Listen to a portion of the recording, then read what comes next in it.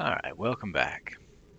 I let my jelly ray population get a little out of hand, so I kind of cleaned up the containment a little bit. There's just one left in there, and I picked up all the extra eggs, so they're kind of all over. They're nice, but you can have too many. So, we are just about ready to take off and head for the Lost River. Before we go, I do want to make a couple of beacons.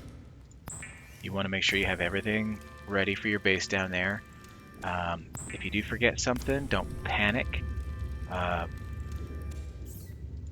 because you can find pretty much all the surface resources down there, except for regular acid mushrooms, creepvine, and salt. So we brought some of that with us. It's already on the Cyclops ready to go.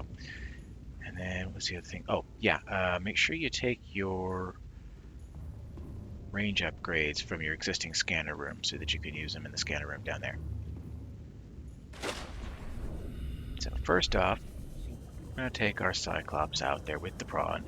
And I'm actually going to come back for the Seamoth. I really prefer to have the Seamoth down there for zipping around in the Lost River. All systems online. Even though I can't take it any deeper. And I'm actually going to...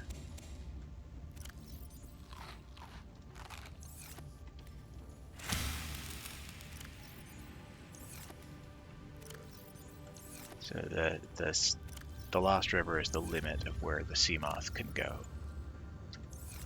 But that's okay.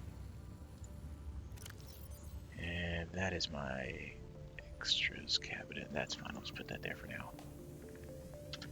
Alright. Off we go. Oh, you know what? Where it's night, I'm actually going to turn off the interior lights. Just makes it a little easier to see out. Engine powering up. Now, we're at 87% power right now. If we do start to run low, I've got a couple of spare power cells I can pop in, but we should be fine to get there. There's the shield. Activating that, like I said, is expensive. But if you have it on at the right time, it'll zap anything trying to attack you and make it run away. I never did upgrade the decoys. I will do that once we get there. Alright, now since we're going to be going a little bit past the shallows here, we kind of have to cut across the tooth zone. I'm going to use the keel camera just to make sure we don't scrape anything. There we go, we should be good from here.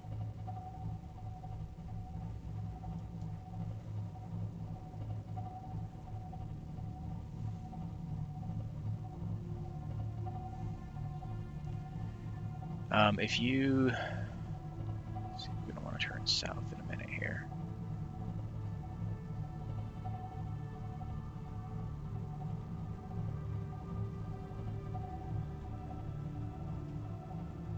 If you do go to flank speed, kind of count to 10 in your head. Warning. Vessel calculating. Excessive noise.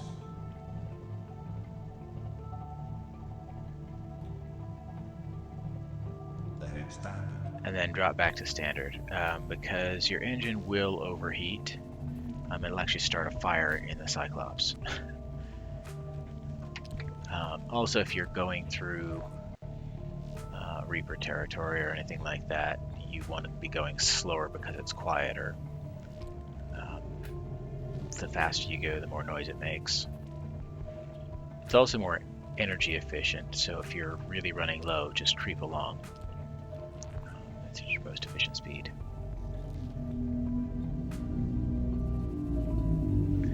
Silent running is also something you can do if you're really going through hostile territory. We're probably going to need to use that once we get a bit deeper, but there's no reason for it in this video. It also costs more energy, so we don't use it unless you need to. Oop. Almost missed my turn there.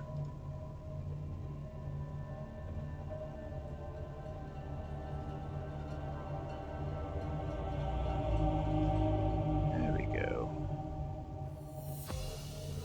Alright, so So just like before when we were finding the Blood Kelp Trench, we kind of follow the grassy plains to their southern edge, and then follow the southern edge until it meets the Blood Kelp Trench.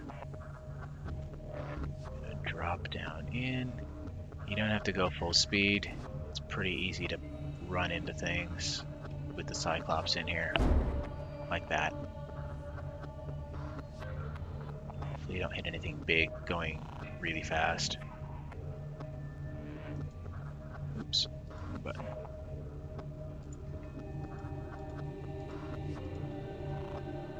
That's a little close. That is our turn there.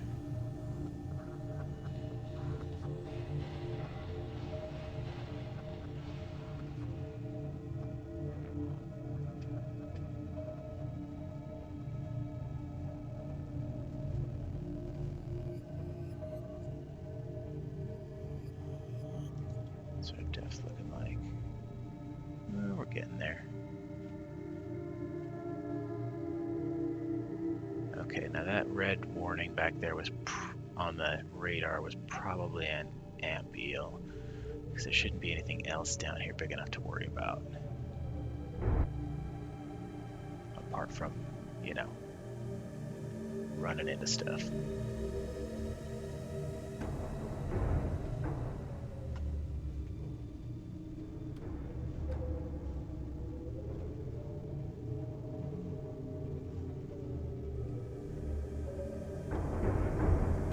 Yes. Warning. Maximum depth reached. Uh-oh. Are you kidding me? You do need the Mark 1 depth module to get it in there. I thought we already had that.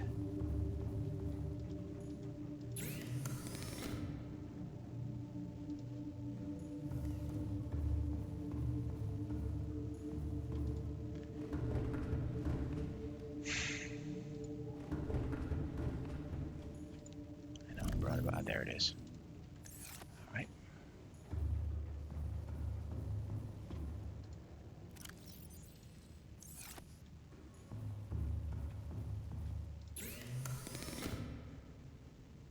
I need rubies.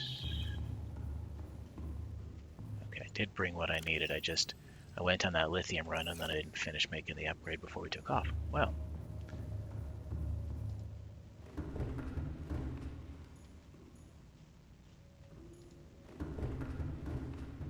There.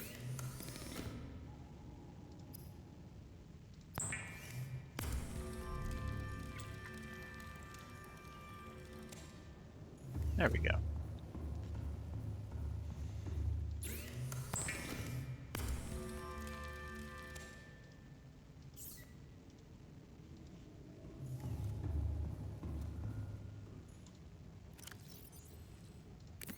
There we go. Now the next one, the Mark II, we're going to need nickel for that. And that we will have to get to the tree cove for.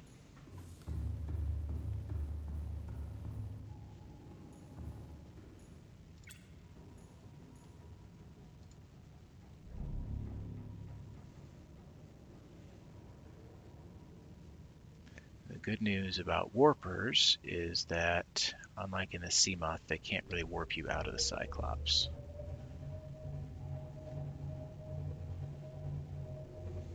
There, we should be coming over. I hit.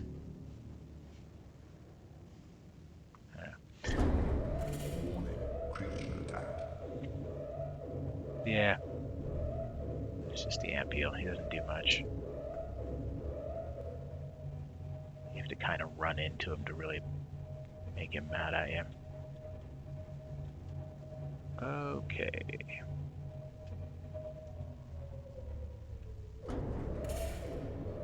Again? Yeah, I'm just gonna move on. Warning. Creature attack. Alright, now that we're in here, before we keep going, I'm gonna go ahead and do two things. I'm going to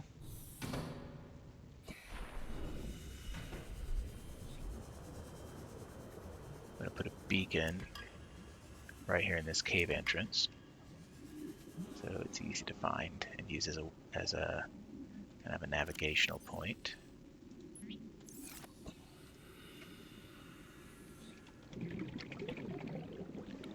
And I'm actually gonna swim up and go back for the Seamoth. Before I go any deeper here.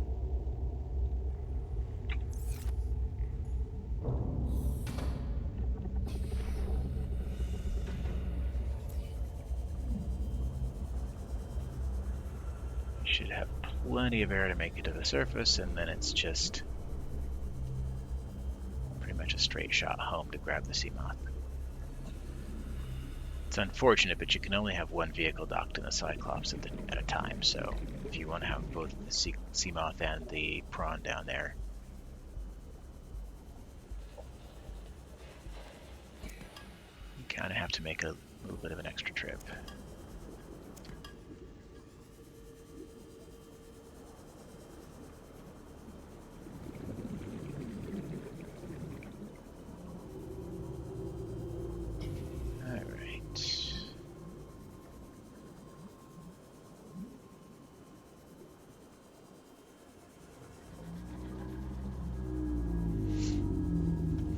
That I probably could have done this all the way from the tree cove. That's okay. We'll play it a little bit safe. I forget how much extra the ultra high capacity tank has in it sometimes.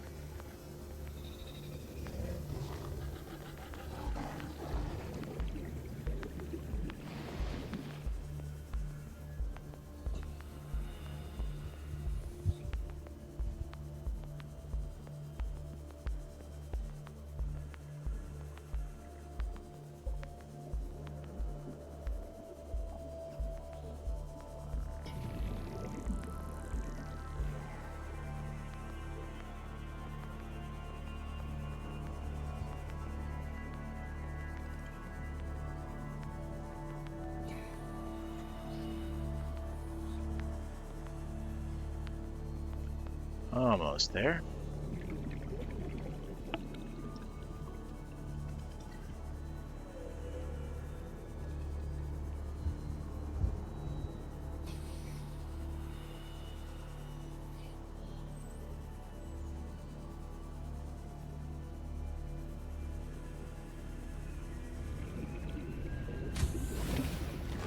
Welcome aboard, Captain. Pretty much made it that whole way on one tank. I'm gonna grab a snack while I'm here.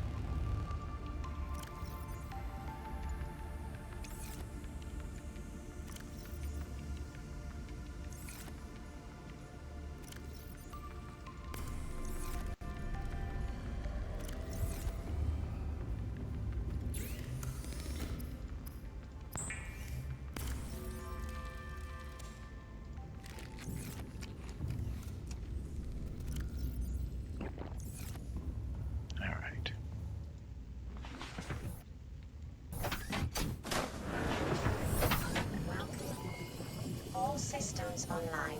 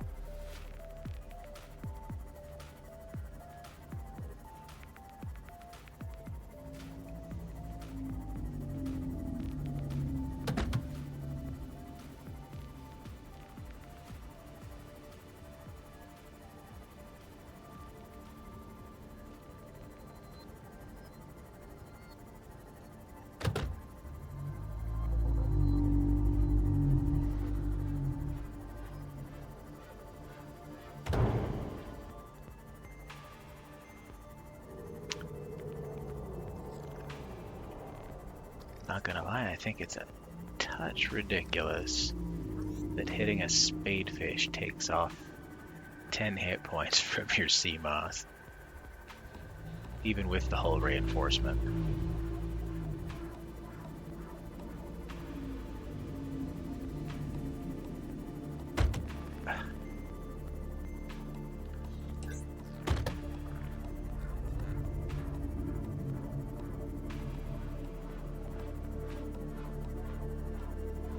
You know, I didn't think about it before, but I wonder having my lights on was part of the reason that Ampiel got angry.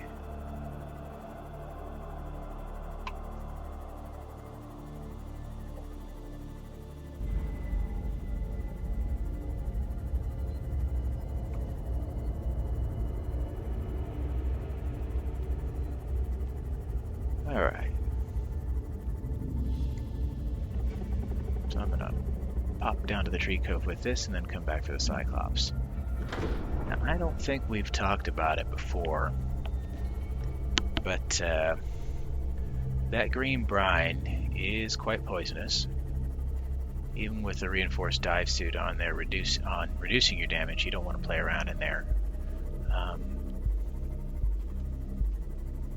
Getting your Seamoth down in there will do a little bit of damage slowly over time, but it can survive a fair bit.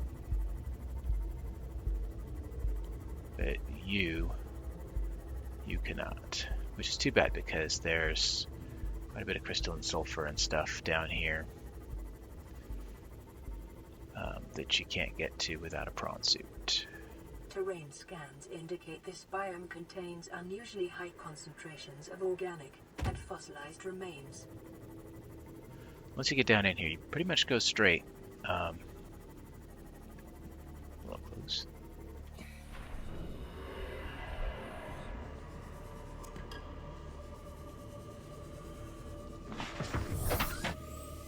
Pretty much go straight east and kind of bear along that cave wall to the left once you get past the first set of bones there.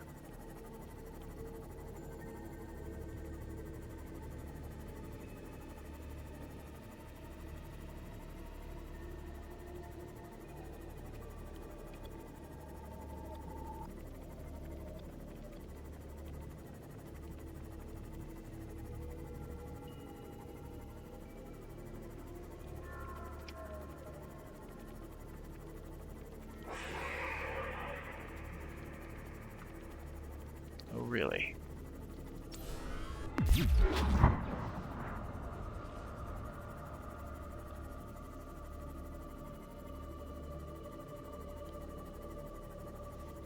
All right. Now we're in the tree cove, where pretty much the only fauna is these harmless ghost rays. Looks pretty cool.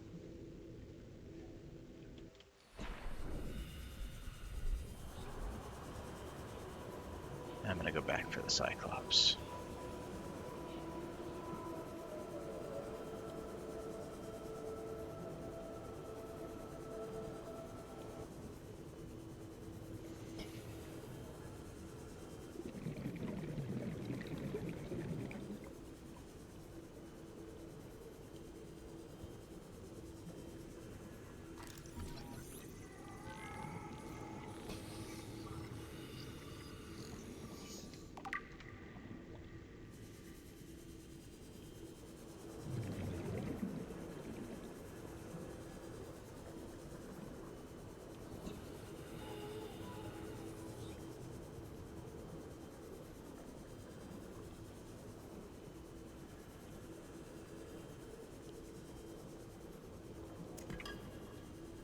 Close. I'm actually going to grab one of these ghost wheat samples because we're going to need that. That's scannable. Nope.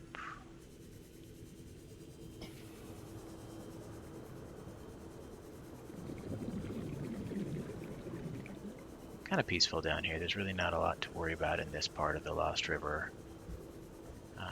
Even the river prowlers pretty much leave you alone as long as you keep moving.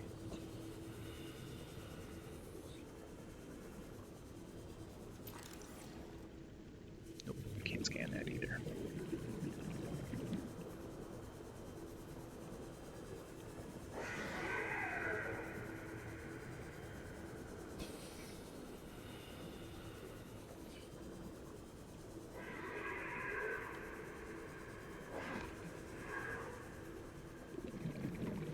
There are definitely other parts of the Lost River where you have stuff to worry about, like ghost leviathans, or juvenile ghost leviathans anyway. I don't think there's an adult one down here.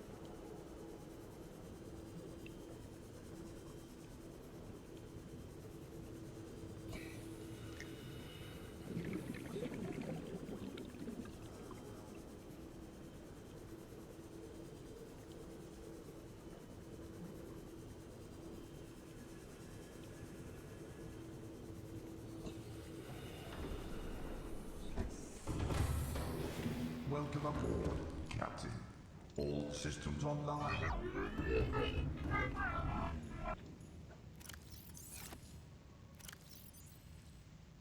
Oh, I already had one. Oh well. You do want to make sure you bring one each of the bulb bush, eye stalk, and ghostweed. And then we need a mushroom sample. We can get that later.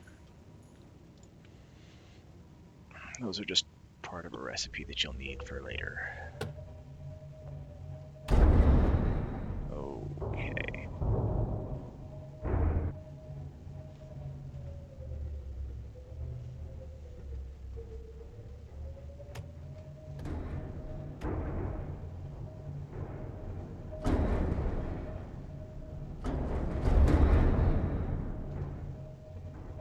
This is just a teensiest bit tight.